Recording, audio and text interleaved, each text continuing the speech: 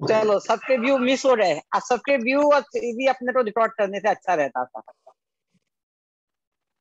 चलिए, अब शुरू करते हैं। जय जिनेन्द्र। मंगलम भगवान वीरो, मंगलम गौतमो गणि, मंगलम कुंद कुंदाद्यो, जैन धर्मोस्तु मंगलम। अभी आप सब लोगों ने अपने अपने अनुभव बताए। अब हमारी जो कल चर्चा चल रही थी, हम वहां से आगे बात लेते हैं। हम जहाँ खड़े हैं, जहाँ हैं, हम वहां से बात करते हैं।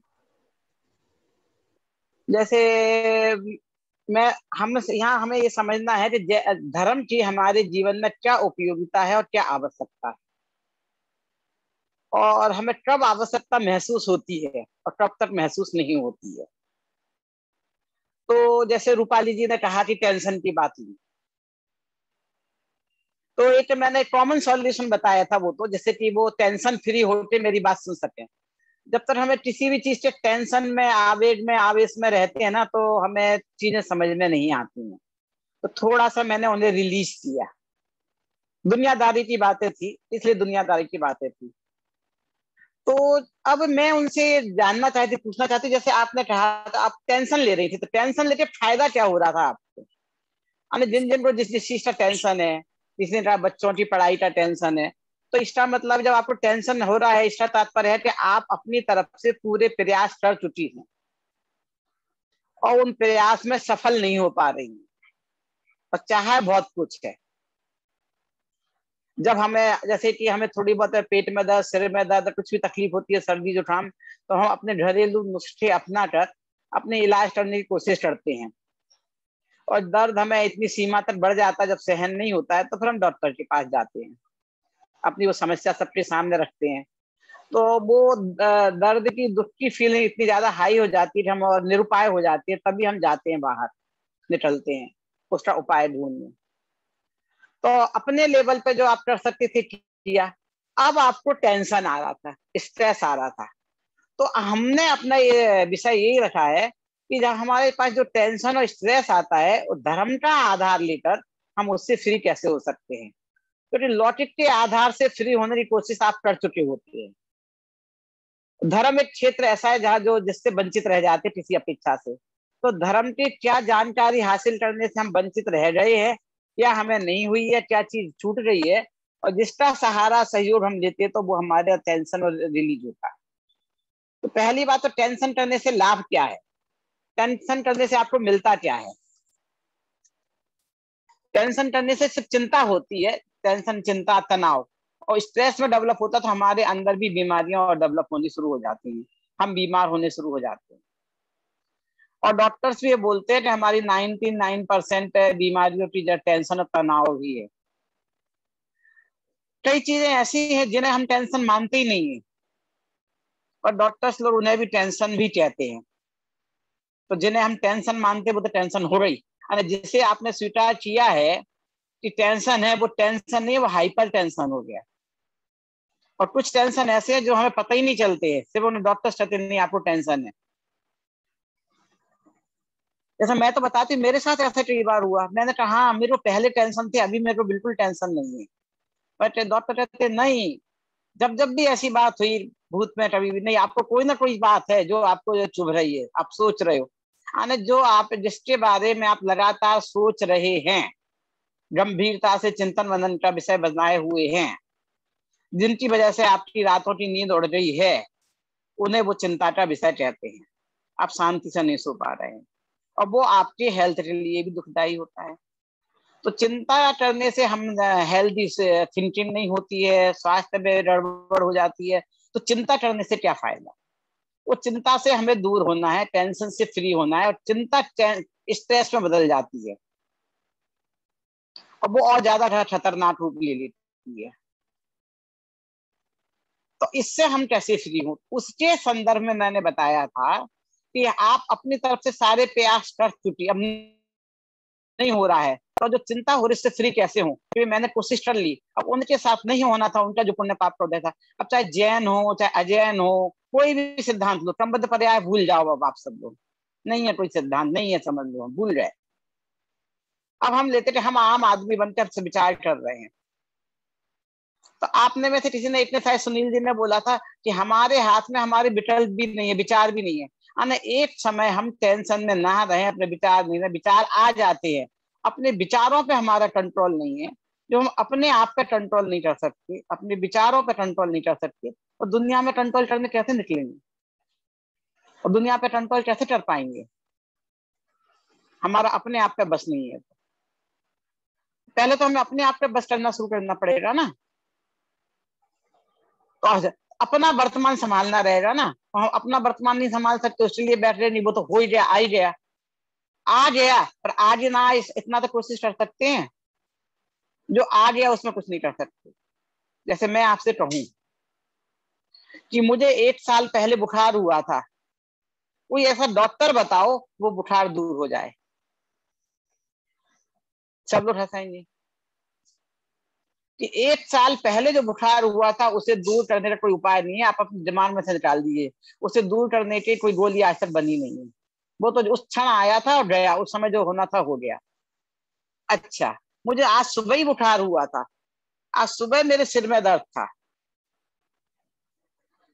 ये आज की बात है, 1 घंटे पहले की बात है। 1 घंटे पहले मेरे को बहुत तेज सिर में दर्द था, और मुझे लग रहा था कि मैं बहुत सिर दर्द हो रहा, मैं क्लास नहीं ले पाऊंगी, क्या करूं मैं? अब आप तो अभी बताइए, अभी आपको क्या हो रहा है? मैंने कहा अभी तो मैं हैप्पी हूँ, मुझे अभी कुछ नहीं हो रहा है। 1-2 घंटे पहले पेट में दर्द था, 4 घंटे पहले घुटने में दर्द था। तो किया क्या आपने? मैंने शांति से सोचा कि आज का विषय मुझे क्या लेना है, तो मुझे याद नहीं रहा कि मुझे कहाँ दर्द था। तो आप, मेरा उपाय मैंने ढूंढा क्या आपने दिया, या कोई गोली दी आपने मुझे? ये नींद की गोली क्या है? आपको दर्द की फीलिंग ना हो, तो जो काम डॉक्टर करते हैं गोली देके, उससे दूसरी 4 बीमारियां पैदा होती हैं, वो काम आप कर सकते हो। कैसे? कि जहां दर्द हो रहा था वहां से आपने अपना उपयोग हटा लिया। ये तकलीफ जो हो रही है शरीर में हो रही है, शरीर में कुछ चेंजेस आ रहे हैं, उसकी वजह से आपको कुछ कुछ तकलीफें शुरू हो रही है। अब आपका ध्यान वहां जाएगा तो आपको वो दर्द होगा।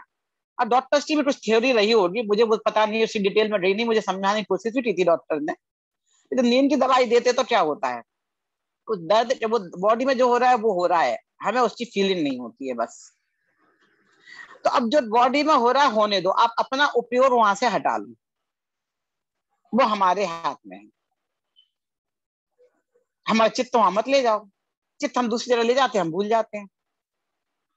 ऐसे अनेकों उदाहरण हम दे देंगे जो हमारे साथ जीवन में घटता भी है, ठीक है ना। तो ये हमारी चर्चा हुई उपयोग हटाने की, उपयोग कहाँ ले जाना है। अब हमारा, यदि हमारी एक समय की जो वर्तमान में भाव उत्पन्न हो रहे हैं उस पर बस नहीं है, हम अपने आप में चेंज नहीं कर सकते हैं, तो हम दूसरे में चेंज नहीं कर सकते हैं। दूसरी बात मैंने बोली थी कि किसी भी धर्म में चले जाएं, आप किसी भी एक थ्योरी पे तो भरोसा करते हो ना, पुण्य पर, पाप पर, कर्म थ्योरी पर, हिंदुओं में जो भगवान ने देखा है भगवान करते हैं उस पर। अब भगवान ने देखा है, भगवान करते हैं, क्रमबद्ध में है, हम किसी भी थ्योरी में चले जाएं,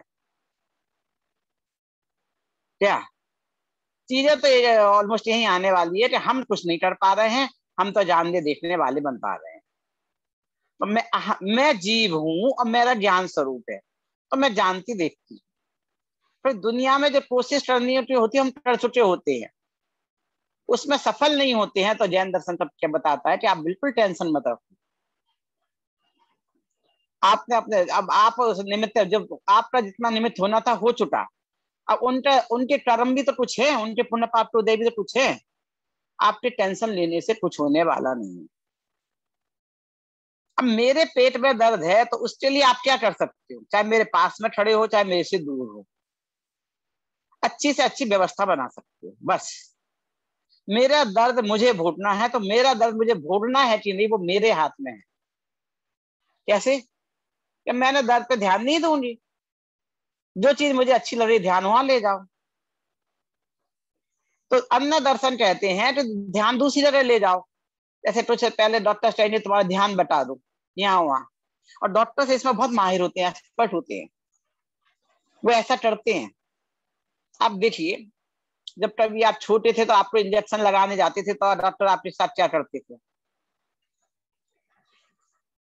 चलिए, मैं आपके दूसरों की बात बताऊंगी तो आप कभी नकार दो, पर मैं अपनी बात बताऊंगी तो आप गलत सिद्ध नहीं कर सकते हो।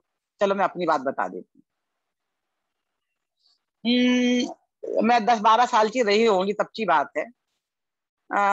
जैसे सब लोग पतंग उड़ाते हैं, मैं भी जो 14 जनवरी के आसपास से जब पतंग बहुत उड़ती थी जयपुर में, तो मैं भी छत पे जाती थी, पतंग उड़ते देखती थी, खुद उड़ाती तो कम थी।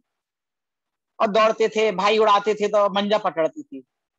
तो एक पड़ोसी का एक लड़का था, तो मेरे पैर की उंगली में मंजा फंस गया, तो उसने जोर से खींच दिया। सबसे पैर की छोटी उंगली है, होती नाजुक होती है, जोर से खींचा मंजा, आप जानते हैं कांच का होता है, तो मेरी उंगली पूरी कट गई, हल्का सा हिस्सा जुड़ा रह गया। तो उसके टांके लगवाने के लिए हमें हॉस्पिटल लेके गए।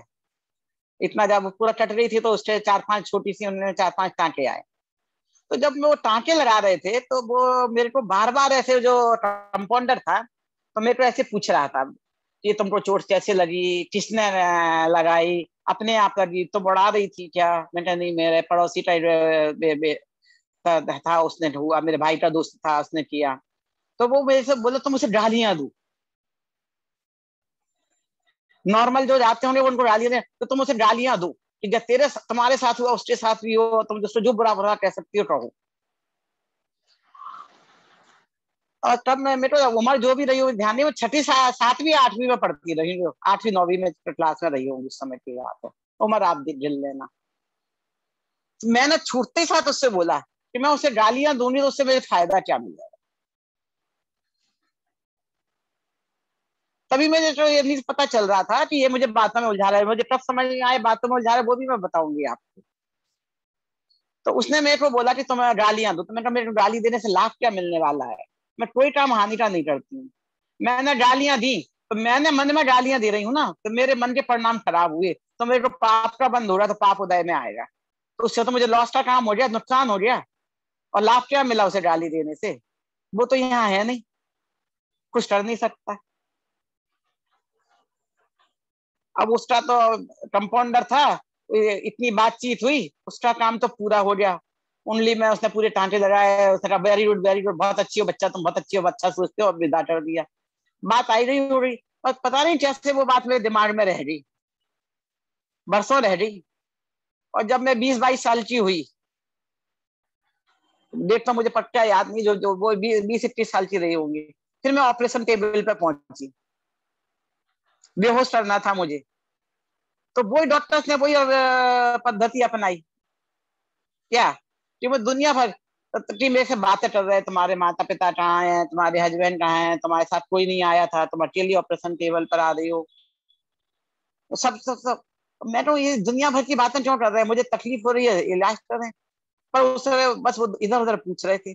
तो उस समय तो जो जवाब देती रही, फिर बाद में जब मैं सोचती रही, और जब आपके लिए क्लास व्लास की उदाहरण सोचने पड़े, तब बीच में कभी मुझे इस चीज समझ में आई, तो वो मेरा ध्यान हटा रहे थे, उपयोग भटका रहे थे। जब मैंने उपयोग का प्रयोग करना सीखा किया, कि कंपाउंडर ने भी मेरा उपयोग हटाया था उंगली से, ताकि मैं उंगली हिलाऊं नहीं और जोर से चीखी चिल्लाऊं नहीं। मैं बातों में उलझ गई, और मैंने शांति से, मेरे टांके लग गए। और बेहोश करने वाला डॉक्टर से भी यही कर रहा था कि मुझे बातों में उलझा रहा था। अब वो चाहता है मैं जल्दी जल्दी बेहोश हूँ, और उसे पता चल जाए कि मैं जवाब नहीं दे रही तो मैं बेहोश हो गई। पर मैं भी बहुत होशियार थी, मैं सांस रोकना सीख गई थी तब तक। तो वो मैं सांस रोक के उनसे बातें कर रही थी, तो मुझे बेहोश करने में टाइम लगा। बाद में समझ में आई मेरी होशियारी मुझे ज्यादा भारी लगी पड़ी। तो ये उपयोग का प्रयोग जीवन में हम सब लोग करते रहते हैं, पर वो उससे हमें स्टाइल नहीं पता है, दैनिक अनुभव से उससे हमें चला जाता है।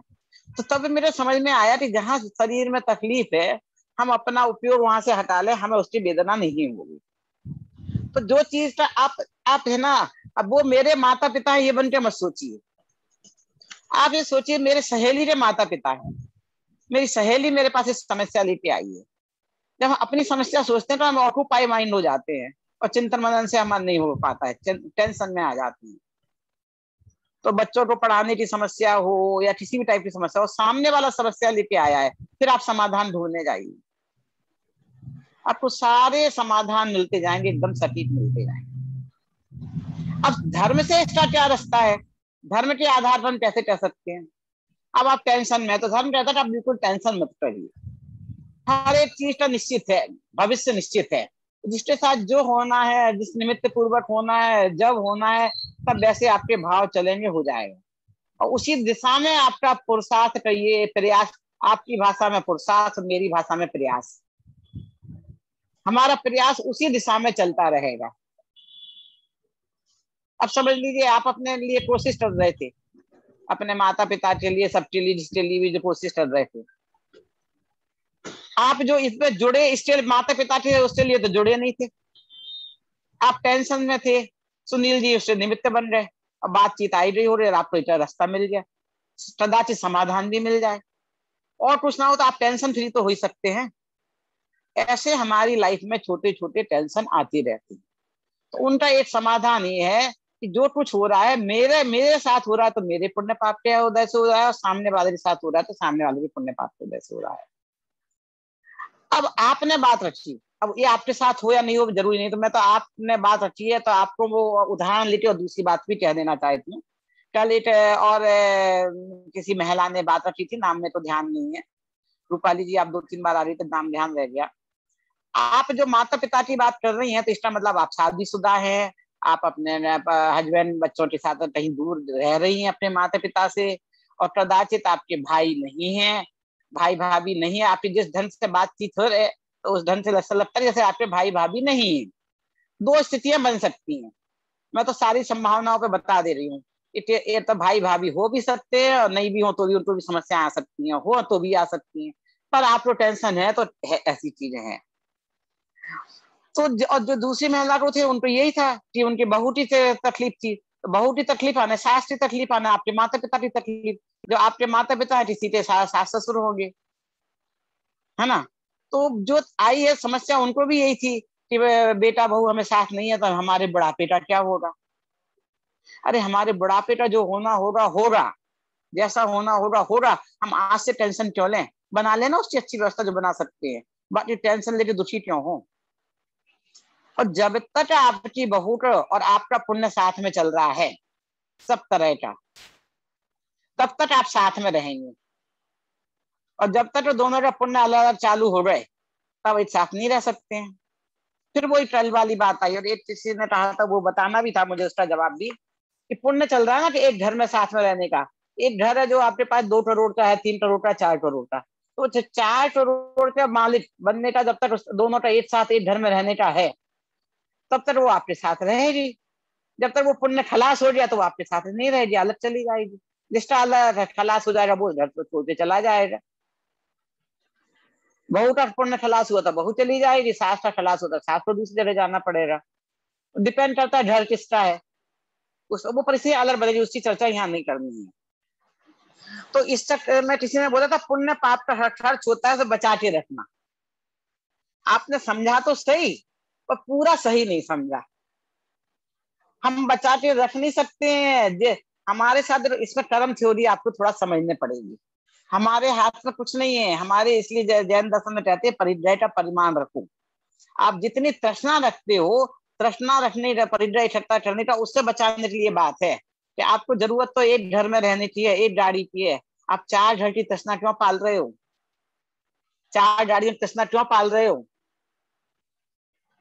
समझ रहे। पर पुण्य का उदय भी ऐसा ही है और पाप का उदय भी ऐसा ही है, जो अपने समय निश्चित होके आते हैं, निश्चित समय पर चले जाते हैं। और हर चीज का भी है, उसमें हर बहुत डेप्थ है, डिटेल है। तो जब हम इसकी डिटेल में जाएंगे, क्योंकि अभी मैं पूरे पूरे सिद्धांत आपको नहीं समझा रही हूँ, जिन जिन सिद्धांतों से टेंशन फ्री होंगे वो, इसकी भी काफी डिटेल और डेप्थ है, तो एकदम ऐसा कहना वो सही नहीं है। इसलिए हम फिर अलग से कभी क्लास रख लेंगे, आपको अथवा परमाणु मोनस से जुड़ोरी क्लास में आ रहे तो उधर भी एक्स्ट्रा समाधान मिल जाएगा। तो वो भी है कि उसमें काफी लंबा चौड़ा विषय है, पर जैसा आपने कहा था उतना एकदम ऐसा नहीं कि हम बचा के रख सकते। हमारा हर चीज का एक टाइम फिक्स है, उतने उतने समय वो चीजें आनी और जानी रहती हैं। तो इस प्रकार परिग्रह के संबंध में आई, तो मैंने कहा, सुनील जी ने कहा भी था कि आप कुछ बोलना चाहेंगी, तो मैंने लिख लिया था वो चीज। और निश्चय विहार संबंधी भी किसी ने इतने बोला था निश्चय विवाह की बात सही थी, पर जिस ढंग से जिस टोन में बोला था, तो उस निश्चय विवाह संबंधी भी काफी अज्ञानता है। वो भी एक अपने आप में एक दिन में आधा घंटे एक घंटे में समझने के विषय नहीं है, लंबा चौड़ा विषय है, लंबी चीजें समझने की विषय है। तो उसमें भी हमें काफी समझने की आवश्यकता है। तो उसके बारे में भी हम एक बार विस्तार से कहेंगे। कुछ चीज आपने समझा है, कुछ कुछ चीजें सही समझी है, कुछ कहीं कहीं अधूरेपन की वजह से गलतियां हो रही हैं। तो हमें जिस नॉलेज लेनी है, ज्ञान लेना है, ज्ञान ही एकमात्र ऐसा साधन है जिससे आप सुख की ओर कदम बढ़ा सकते हो, दुख दूर कर सकते हो। तो जो हमारी ये अज्ञानता है धर्म के संबंध में, तत्व के संबंध में, तो सबसे अधिक प्रयास हमें उसे दूर करने का करना है। अब दो तरह की बात है, एक तो हम ज्ञान स्वरूपी हैं, ज्ञान स्वभावी है, ज्ञान जानना ही हमारा काम है, पर भी हमारे ऊपर कर्मों का आवरण आ गया है, जिसकी वजह से हमारा जो ज्ञान है पूर्ण रूप से प्रकट नहीं है। जैसे कि सूर्य होता है, तो सूर्य के ऊपर बादलों का आवरण आ जाता है। जैसे अभी बरसात का सीजन है, तो थोड़ा थोड़ा हमें ऐसे दिन में भी शाम जैसी फीलिंग आने लगती है। और ग्रहण होता है, तो कैसे दिन में भी एकदम अंधेरा हो जाता है, तो पूर्ण शून्य ग्रहण होता है। तो ऐसे ही, पर पूर्ण शून्य ग्रहण, तो पूर्ण जैसे आत्मा को ढकने का काम नहीं हो सकता है। पूर्ण रूप से तो कर्म को ढक नहीं सकते हैं, एक अंश ऐसा रहता है ज्ञान का जो जो जिसके ऊपर कर्म का आवरण नहीं आता है। ये कर्मानुयोग की चर्चा है, उसमें चर्चा इसकी बात हम जब आप डिटेल में कभी पढ़ेंगे गवर्नमेंट सर वगैरह, तब उसकी चर्चा आएगी। 10th सेमेस्टर में आती है वैसे आपके। तो ये सारे जो जैन सिद्धांत है, जैन सिद्धांत है, इन्हें हम गहराई से समझेंगे, जानेंगे, नॉलेज लेंगे, तो धीरे धीरे हमारे मन में शांति आती है, परिणामों में निर्मलता आती है, और हम टेंशन से धीरे धीरे फ्री होते जाते हैं। जैसे कि अभी तो कुछ लोगों ने बोला था कि परमाणु ऑनर्स हमने ज्वाइन किया था, हमारे कोरोना काल में हमारे साथ बहुत विपरीत परिस्थितियां आई, फिर भी हमें उतना टेंशन नहीं हुआ जितना होता था पहले होता था। तो धर्म का जीवन में उपयोगिता सार्थकता यही है कि हम टेंशन फ्री हो जाते हैं। हम जो आप कोशिश कर रहे हो, कोशिश करने से रह नहीं सकते हो, लेकिन प्रयास सफल तभी होता है जब सामने वाले का भी पुण्य का उदय, सामने वाले का पाप का उदय, तो आपके सारे प्रयास निष्फल हो जाते हैं। और आपका प्रयास और सामने वाले का पुण्य का उदय दोनों साथ मिलते हैं तो कार्य हो जाता है। इसमें 5 चीजें मिलती हैं, काल, लब्धि, भाग्य, स्वभाव, पुरुषार्थ और निमित्त। तो हम तुम जो है निमित्त हैं, तो उसमें उपादान में उन्हीं में स्वयं के अच्छा होने की योग्यता होगी, तो हम सब निमित्त बन जाएंगे, और नहीं हो रही तो कोई भी निमित्त नहीं बनेगा। अब निमित्त है, उपादान है, ये भी सब टेक्निकल शब्द है, इनकी भी डेप्थ है। तो आप लोग चाहेंगे तो बता देंगे उतने से मोटा मोटा, फिर डिटेल में तो आप जब लंबा हो रहा है, हर एक तो 2-3 दिन 2-3 घंटे लगते हैं समझने के लिए। मोटा मोटा ये है कि जैसे कि रोटी बन रही है, कोई भी कार्य हो रहा है, तो एक रोटी बनाने के कार्य से सब लोग परिचित है, चाहे पुरुष हो चाहे स्त्री हो, घर में रहते हैं देखते हैं। तो जब रोटी बन गई, तो उस रोटी के बनाने में निमित्त कौन? तो ऐसे तो गैस भी होती है, चकला बेलन भी होते हैं सब, पर उसमें रोटी किस चीज से बनती है? रोटी बनती है गेहूं की रोटी, गेहूं के आटे से बनती है। तो गेहूं का आटा उपादान कहलाएगा, निमित्त नहीं कहलाएगा। यानी जो स्वयं कार्य रूप में परिणमित होता है उसे उपादान कहते हैं। तो उपादान कारण, तो जो आटा कार्य रूप में परिणमित हुआ है, आटे के साथ नमक भी डला है, वो सब चीजें ले लेना है, तो वो तो हुआ उपादान। और जो बनाने में सहयोगी हैं उन्हें बोलते हैं निमित्त। एक मोटा मोटा शब्दों से आपका परिचय हो जाए। बाकी आप चाह रहे तो एक मेरी इसके ऊपर पुस्तक है, तो मैं वो भेज दूंगी, तो आप पढ़ लेंगे तो समझ में आएगा। ऑनलाइन भी है, तो वो सुनील जी आपको शेयर कर लेंगे। तो निमित्त कौन? तो निमित्त जैसे कि आज बेटे ने कहा कि मुझे तो ज्वार की रोटी खानी है, तो बेटा बन गया। आज बोला कि मुझे इडली खानी है, तो इडली बनने में निमित्त बेटा हो गया। ऐसे तो प्रेरणा देने वाला भी, बनाने वाला भी निमित्त है। मैंने बनाई तो बना।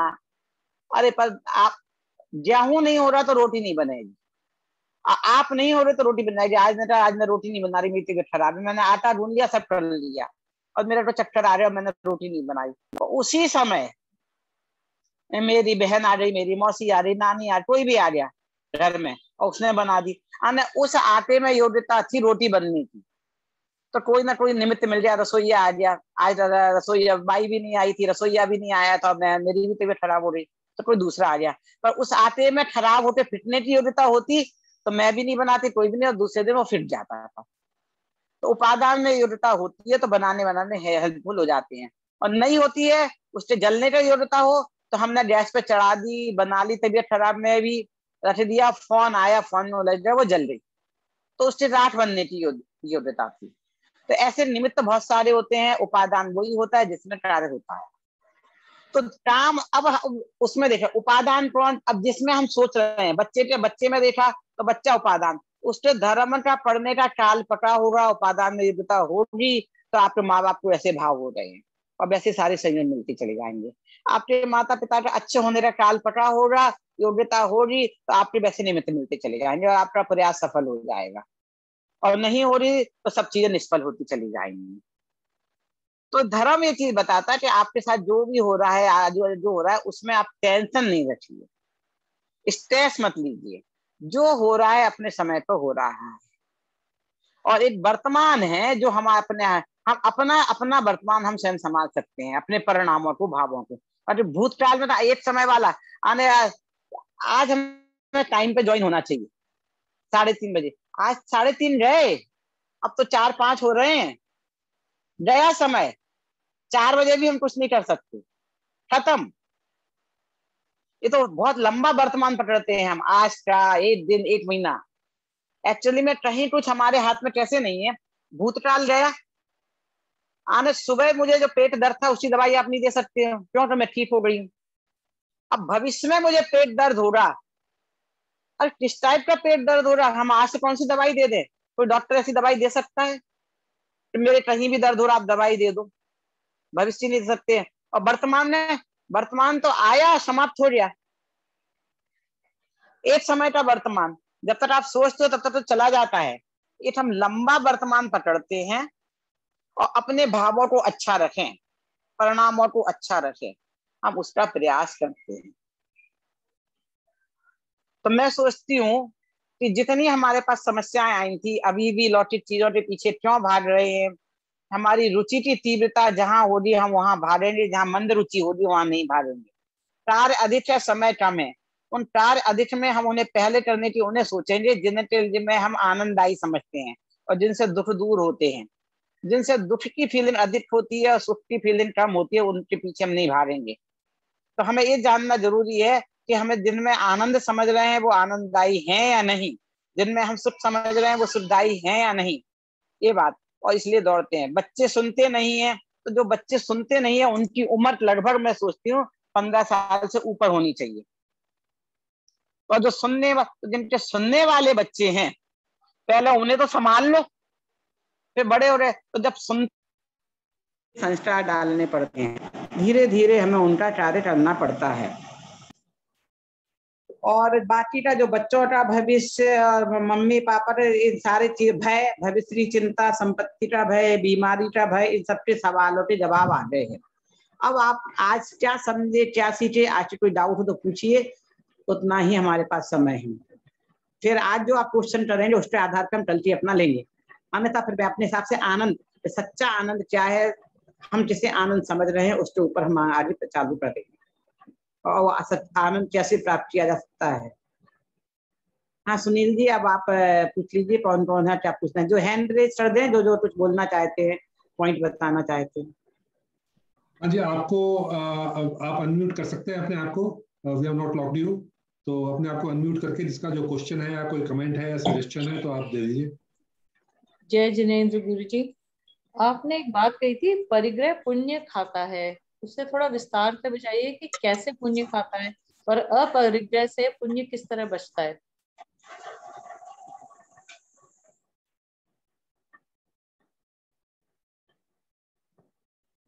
हाँ, ऐसा जो जो आपको चीजें, पुण्य के उदय से हमें चीजें मिलती हैं, और जो जो चीजें हमारे पास जो जो उपलब्ध है, पुण्य के उदय से अनुकूल संयोग मिलते हैं और पाप के उदय से प्रतिकूल संयोग मिलते हैं। उदय में मिलता ही मिलता है, जो भी आपको मिल रहा है पुण्य, और वो सब यदि आप उसमें अनुकूल प्रतिकूल की फीलिंग आप देखिए कैसे कर रहे हैं। कुछ चीजें तो जैसे बीमारी है, तो बीमारी आई आपको तो पापड़ी उदय निश्चित ही तौर पे। अब उसे बीमारी को दुख रूप में भोगना या सुख रूप में भोगना ये आपके हाथ में है। कैसे मैं बताऊं कि जैसे कि मेरे को, फिर आपको एक उदाहरण दूं कि कोई 10-15 साल पहले बीमारी शुरू हुई थी, कमर में दर्द हुआ था बहुत ज्यादा तेज और बेड रेस्ट हो गई। और उस समय मेरे घर में 2 शादियां थी, चाचा के यहाँ भी थी, मेरी ननन के यहाँ भी थी, और शादी में जाने का प्रोग्राम था। डॉक्टर ने बेड रेस्ट बोल दिया, घर में रह जाओ। अब उस परिस्थिति में 2 काम कर सकती थी। क्या? एक तो मैं घर में बैठी बैठी बहुत दुखी होती रहती, अरे अब तो मैं शादी में जा रही होती, बहुत मजे कर रही होती, और ये कैसा हो गया, और पूरे टाइम आर्थ ध्यान प्रणाम करती रहती।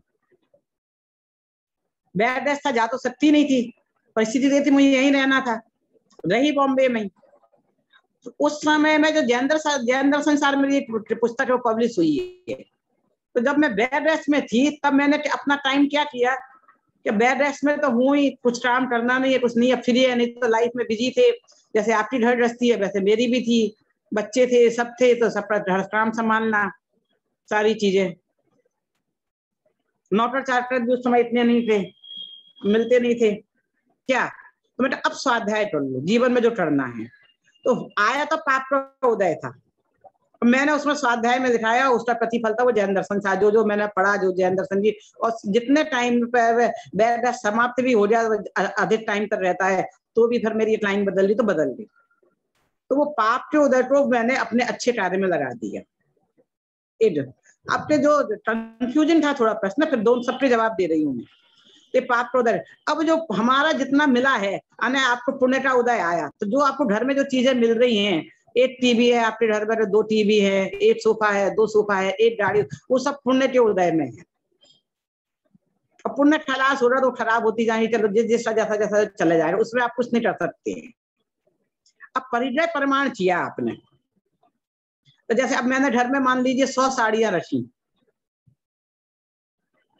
और मैंने 5 साड़ियां रखी, तो कितना अंतर? 100 साड़ियां रखी तो उसकी केयर करनी है, तो आपका टाइम खाएगा। ऐसे तो रखी नहीं रहती हैं, और जब पहने को उठाएगा तो हमेशा उस पर प्रेस करना, बारिश हुई तो कीड़े पड़ गए, फफूंद लग गई। 100 साड़ियों के साथ समाज में आपका जो टाइम वेस्ट होगा, जो उपयोग खाएगा, पाप का बंध होगा, बुझाएगा। आपने 5 रखी तो आपको कितना टाइम जाएगा? कुछ नहीं। आपने अभी हम रख लें कि 2 हमें तो बस 5 पहननी है और कुछ करना ही नहीं है, तो सारे टेंशन से फ्री। नहीं तो लेडीज के साथ कितने झमेले होते हैं, स्त्री मैचिंग, उसकी पहनती ताजी, ज्वेलरी पहनो, वो पहनो, टली करो, वो करो। उपयोग नहीं खाता है, टाइम नहीं खाता है, सब चीजें नहीं खाती हैं। आप अधिक से अधिक, और जो आप खरीदने जा रहे हैं तो आपका टाइम जा रहा है। तो ये सारे पाप के भाव है जो पुण्य के भाव है। वो सारा आप मार्केट में जाए, एक साड़ी खरीदने में 1 दिन हो, और एक साड़ी के पीछे कितनी मेहनत, ब्लाउज, पेटीकोट, मैचिंग, तो वो सारा समय आपका बच रहा है ना परिग्रह प्रमाण किया तो आपने। और जरूरत तो आपको वही है। और आप देख लीजिए जितने ज्यादा होते हैं, आप सोचते हो पहनने, अब क्या पहनूं, कैसे पहनूं। 5 है तो 5 भी रिपीट करके 5 दिन की पहननी है, बारिश में एक साथ धो लिया, खत्म हो गया काम। तो जो परिग्रह की बात थी वो थी, इसमें हमारे हाथ में कुछ नहीं है। वो जो आ रहा है उदय में आ रहा है, पर हर चीज आपकी चाहे रद्दी रहे, तो आप जो परिग्रह बढ़ाना चाहती जरूरत से अधिक, और जो आपका टाइम ज्यादा खा रहा है, खराब हो जाता है, सड़ जाता है, तो क्यों हमारा उपयोग खाए? उपयोग, हमारा समय ज्यादा कीमती है ना पैसे से। अब देखिए, मैं एक चर्चा हो रही थी, महत्वपूर्ण बात है। अभी आप तो पैसे में जा रहे थे। इस हर चीज आपका समय खाती है, और आपके पास समय सीमित है।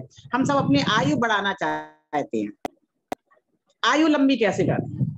और आयु लंबी बढ़ा के आप चाहते क्या हो? आयु बढ़ा के चाहते हो आनंददायी पल अधिक हो, कि दुखदायी पल अधिक हो। दुखदायी पल कोई नहीं चाहता है। तो जो आपके एक्टिव लाइफ है, हेल्थफुल लाइफ है, उसका अधिक से अधिक समय आप एंजॉयमेंट में, आनंद में व्यतीत करें। तो आपने अपनी आयु बढ़ा दी। कैसे बढ़ाई वो कल चर्चा करूंगी, आप याद दिला देना आयु बढ़ाना का कैसे रहेगा, कैसे हम वो अपनी आयु बढ़ा सकते हैं। हमारी आयु फिक्स हो आई है, फिर भी आनंद की आयु हम कैसे बढ़ा सकते हैं और क्या है, उसका विषय मैं कल ले लूंगी विस्तार से। मैं बता रही हूँ, संक्षेप में कह रही हूँ कि हर चीज हमारा टाइम खाता है, और हमें टाइम अपना बचाना है। तो वो हम अपना टाइम कैसे बचा सकते हैं, हमें उसका प्रयास करना चाहिए। जो जो हमारी चीज टाइम खा रही है और यूजफुल नहीं है, उन सब चीजों से हमें बचना चाहिए। समय का कोई मूल्य नहीं है, अमूल्य है। एक बार जो समय गया उसे किसी कीमत पे आप खरीद नहीं सकते हो। चीज आपकी खराब हुई आप खरीद सकते हो, समय को आप नहीं खरीद सकते हो। जिसके जीवन में जितने साल चले गए, आज का दिन गया तो गया। जैसे हमारे 3 दिन गए, अब हमें एक दिन में एक सब विषय लेना है, तो जो जितने दिन बाकी है उतने दिन में अपना विषय कंप्लीट करना है। तो आप अपने क्वेश्चंस बुक में या मैसेज करके, जो आजकल जो इंटरनेट पे जितनी अच्छी सुविधाएं हैं उन पे शेयर करके रख देंगे, तो जो शुरू के 5 मिनट हमें आपसे क्वेश्चन में रहते वो भी टाइम हमारा सेव हो जाएगा। वो मुझे सुनील जी व्हाट्सएप कर देंगे, तो मैं उनके सारे के जवाब आपको ले लूंगी और अधिक से अधिक आपको उनका समाधान मिल सकेंगे। सुनील जी, मेरे ख्याल से आज का अपना समय हो गया है। जिन 1-2 मिनट है शायद। हाँ, किसी को और कुछ पूछना है? हाँ, 2 मिनट। किसी का कोई क्वेश्चन हो या कोई कमेंट हो? नमस्कार जी, यहाँ पर हमने परिग्रह की बात की, जो हमारी फिजिकल वस्तुएं की परिग्रह की बात हो रही है, और नो डाउट समय तो इम्पोर्टेंट है, लेकिन कैसे ऐसे नहीं हो सकता कि कोई आदमी कंजूस है और वो उसके लिए कोई सामान नहीं खरीद रहा है और फिर वो बोलता है कि मैं तो परिग्रह करना नहीं चाहता हूँ, इसीलिए मैं खरीद नहीं रहा हूँ।